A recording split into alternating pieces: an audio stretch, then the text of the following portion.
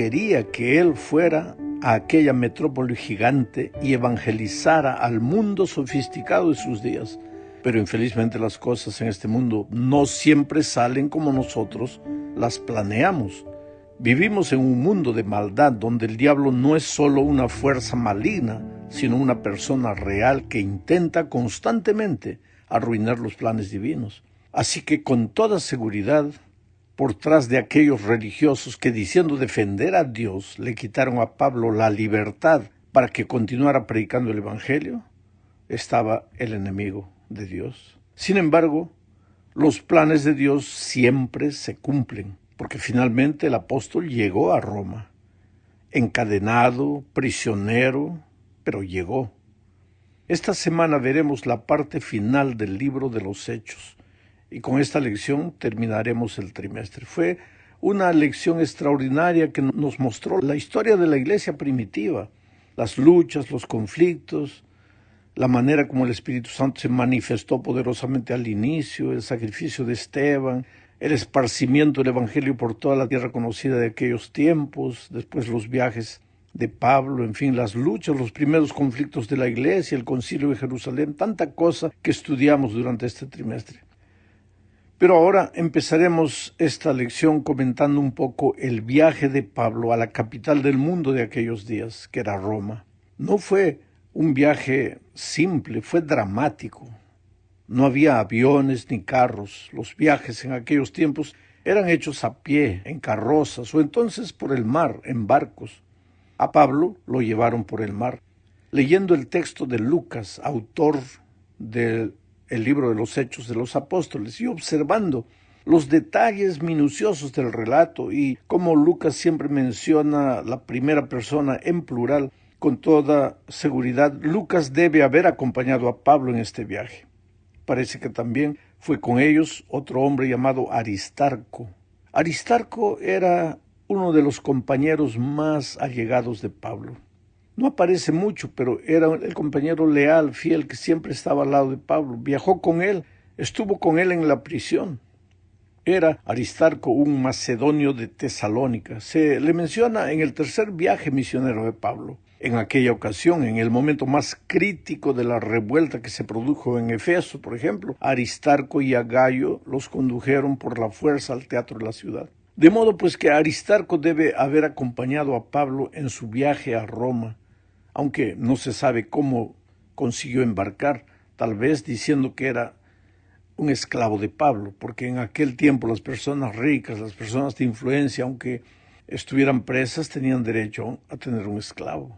Lo cierto es que mientras estuvo en Roma, Aristarco ayudó y animó a Pablo, y por algún tiempo fue su compañero de prisión. En las cartas a los Colosenses y a Filemón, Pablo envía los saludos de Aristarco. Quiere decir que Aristarco estaba con él en la prisión.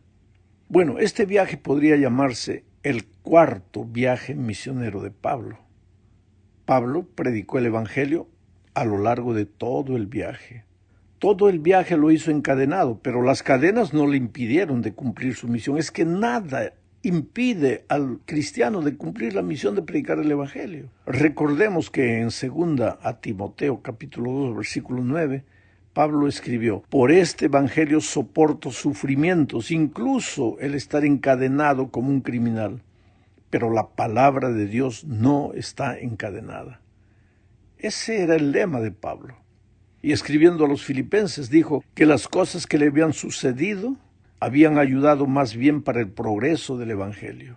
Dios estaba presente en todas aquellas circunstancias. El diablo hacía todo para impedir el trabajo de Dios, pero Dios siempre estaba presente. Este viaje por el mar hacia Roma sería un poco diferente de los anteriores viajes misioneros de Pablo, porque en este viaje sus gastos correrían por cuenta del gobierno romano, porque Pablo era un prisionero. Sabes que el viaje duró bastante. El clima no era de los mejores, porque se estaba acercando el invierno y a duras penas llegaron con el barco a buenos puertos. Era un lugar seguro y Pablo aconsejó al centurión que deberían parar por allí por causa de una tempestad que se avecinaba, pero el centurión no le hizo caso.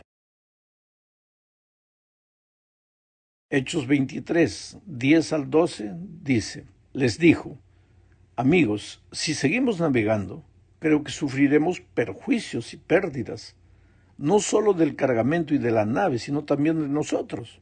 Pero el centurión no le hizo caso, pues le creía más al piloto y al capitán de la nave que a Pablo. Como el puerto era incómodo para invernar, casi todos acordaron zarpar de allí. Creían poder arribar a Fenice, un puerto de Creta que mira al noroeste y al suroeste, e invernar allí. Lamentablemente la tormenta llegó en una forma tan violenta, que no llegaron a Fenice. La tripulación no tuvo más remedio que dejar que la nave fuera llevada a la deriva por el viento hacia el sudoeste, lejos de tierra seca. Pero el mar se ponía cada vez más bravo y pronto ya no les quedó más remedio que arrojar la carga por la borda e incluso algunos de los aparejos de la nave. Y todo esto lo hicieron en un intento frenético por quitarse el peso, ya que el barco se estaba llenando de agua.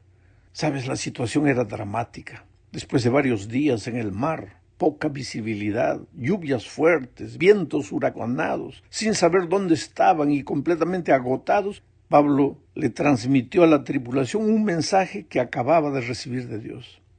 En ese mensaje él les dijo que no había razón para desesperar ni perder las esperanzas. Todavía habría peligros y pérdidas, pero todos ellos sobrevivirían. Vamos ahora a la segunda parte de este estudio. Leeré Hechos 12, versículos 14 y 15. Pero al poco tiempo un viento huracanado conocido como Euroclidón dio contra la nave y la arrastró. Como no fue posible poner proa al viento, simplemente nos dejamos llevar por el viento. Ahora escucha, nota las frases: un viento huracanado dio contra la nave y la arrastró. ¿La arrastró para dónde? Interesante, la arrastró en dirección de Roma. La otra frase es: simplemente nos dejamos llevar por el viento. ¿Hacia dónde? Hacia donde estaba Roma. ¿Se dejaron llevar simplemente porque se dejaron llevar? No, la mano de Dios estaba por detrás de todo eso. Aquí hay una lección valiosa que necesitamos entender. Mientras Pablo estaba en Efeso, él expresó su voluntad de ir a Roma y predicar el Evangelio. Él sabía que esa era la voluntad de Dios. Después, cuando llegó a Jerusalén y lo prendieron, lo metieron a la cárcel, Pablo, como todo ser humano, se quedó triste porque pensaba que ahora, preso, el plan de Dios de que fuera a Roma, ya no se cumpliría. Pero en aquella ocasión, mira lo que dice Hechos 23:11. A la noche siguiente el Señor se le presentó y le dijo: Pablo, ten ánimo, pues necesito que des testimonio de mí en Roma, así como lo has hecho en Jerusalén. Seguramente que Pablo se quedó medio indeciso. ¿Cómo voy a ir a Roma si estoy preso? Pues esto quiere decir que el plan de Dios jamás se detiene. Pablo llegaría a Roma a como diera lugar. El diablo entró en el corazón de los judíos para impedir que fuera a Roma y lo encarcelaron. Intentaron matarle, pero no lo consiguieron. Ahora, por mando de Festo, Pablo estaba yendo a Roma y el diablo hizo aparecer la tempestad en el mar para impedir los planes divinos. Pero el texto dice que hasta el viento seguía arrastrando la embarcación hacia Roma. Quiere decir, el diablo puede hacer lo que quiera para obstruir los planes divinos, pero no lo logrará.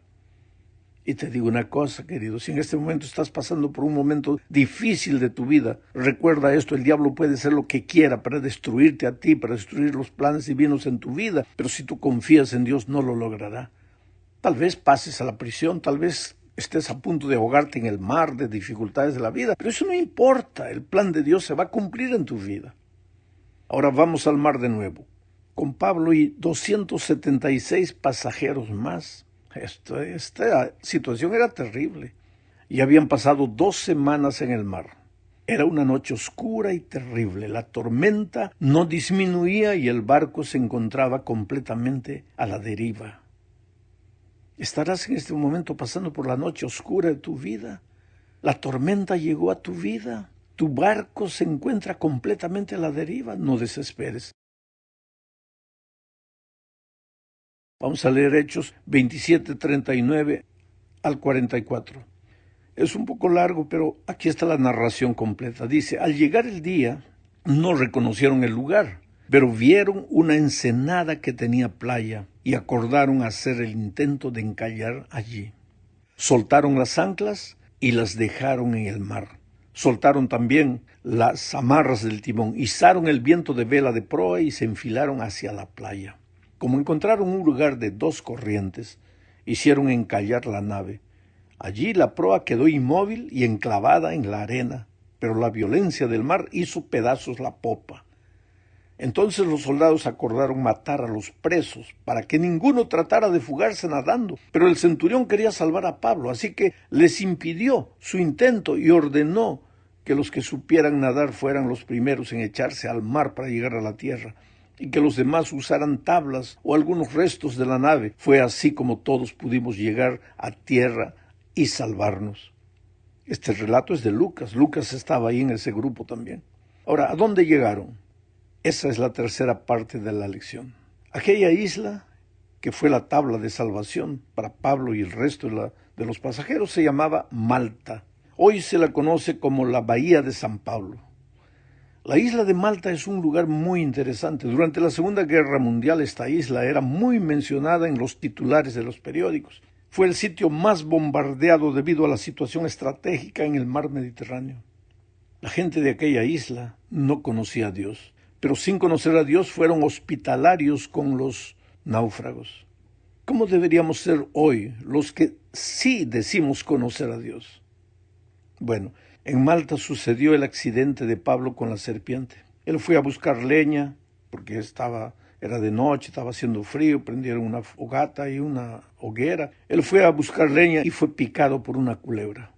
Ahora, la gente del lugar, supersticiosa como era, pues creyó inmediatamente que Pablo debería estar siendo cobrado por la justicia divina, por algún pecado inconfesable que había cometido.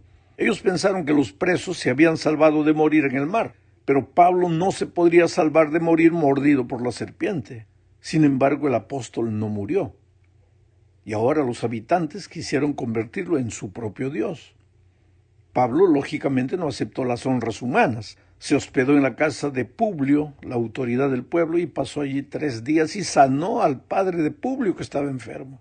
Lucas no relata conversiones sucedidas en Malta, pero es de imaginar que él ya no da muchos detalles porque está llegando al fin de su libro. Sin embargo, pues es evidente que el pasaje de Pablo por Malta fue una bendición para los habitantes de allí. Vamos a la cuarta parte. Después de 3 meses, finalmente Pablo y sus compañeros llegaron a Roma. Llegaron a Puteoli, llamada hoy de Puzzoli, en la bahía de Nápoles, donde de ese lugar ya pues Pablo y sus compañeros viajarían a Roma por tierra. Ahora, la noticia del arribo de Pablo llegó rápidamente a Roma y desde allí un grupo de creyentes viajó varios kilómetros al sur para darle la bienvenida a Pablo. Aunque nunca había estado en Roma, el apóstol tenía muchos amigos en la ciudad, colaboradores, conversos, parientes, muchos otros que le eran preciados. Parece también que el informe de Festo, porque Festo había enviado un informe afirmando que el problema de Pablo no era con la justicia romana, sino que era un asunto religioso de los judíos. Eso hizo que Pablo quedase preso por 2 años, pero en su propio domicilio, no en la prisión. Era una casa alquilada donde él se reunía. Tenía libertad para reunirse con las personas que deseaban oír el Evangelio. Como siempre, su trabajo allí en Roma, Pablo empezó con los judíos, pero ellos no aceptaron el Evangelio. Sin embargo, el apóstol siguió predicando por palabra y por letra. Fue desde esa casa, preso, que Pablo escribió las epístolas a Filipenses, Efesios, Colosenses y Filemón. En todo tiempo Lucas y Aristarco estuvieron con él, y Timoteo lo visitaba con frecuencia. Llegamos al fin de este estudio del libro de los Hechos de los Apóstoles. El libro de los Hechos nos cuenta el movimiento y el progreso del Evangelio desde el principio hasta su expansión a los confines de la tierra, que para la gente de aquellos días era Roma. ¿Qué es el Evangelio que Pablo predicaba? Recordemos que en el huerto del Edén, el hombre dudó de Dios y la duda lo llevó a la desobediencia. El camino de regreso a Dios tiene que ser por la fe, ya que el camino para alejarse de Dios fue la duda. El camino de regreso tiene que ser la fe. Y fe significa confianza, que es todo lo contrario de la duda. Esa confianza te conduce a la obediencia. Como Pablo dijo en su epístola a los Romanos, capítulo 1, versículo 5. Por medio de Jesucristo recibimos la gracia del apostolado para que por su nombre llevemos a todas las naciones a obedecer por la fe. El fin del libro de los Hechos, para mí, es triste, pero también es maravilloso al mismo tiempo. Triste porque mucha gente no aceptó el Evangelio. Y mira que esa gente era religiosa, tan religiosa que su fascinación por los detalles de la religión le impidieron entender la simplicidad del Evangelio. El libro de los Hechos de los Apóstoles termina con Pablo predicando el reino de Dios y enseñando acerca del Señor Jesucristo sin que nadie le estorbara. Pero en realidad, como ya lo dijimos al inicio de este trimestre, la narración del libro de los Hechos no concluye aquí en el capítulo 28, porque el Espíritu Santo continúa trabajando hoy a través de los miembros de su iglesia. Los hechos del Espíritu Santo no han terminado. La obra de la iglesia aún no ha sido completada. Es una historia que continúa. Lo que tú y yo hagamos en el poder del Espíritu también forma parte de este relato del libro de los Hechos de los Apóstoles. Y la mejor forma de continuar este relato es compartir con otros el mensaje del Evangelio que ha llegado a nuestra vida. Yo pienso en Pablo ya anciano escribiendo la epístola a Timoteo y diciendo: he peleado la buena batalla, he terminado la carrera, he guardado la fe. Yo sé que ya estoy para partir, ya voy a descansar, pero he hecho todo lo que podía hacer. Ojalá que todos nosotros, queridos, lleguemos al fin de la vida así, cumpliendo la misión, no porque haya sido fácil, habiendo recibido crítica, condenación, habiendo enfrentado obstáculos, culebras, tormentas, hambre, necesidad, persecución, pero predicando el Evangelio con fe, sabiendo que el fuego del Evangelio incendia tu corazón y no puedes permanecer tranquilo. Que Dios te bendiga ricamente.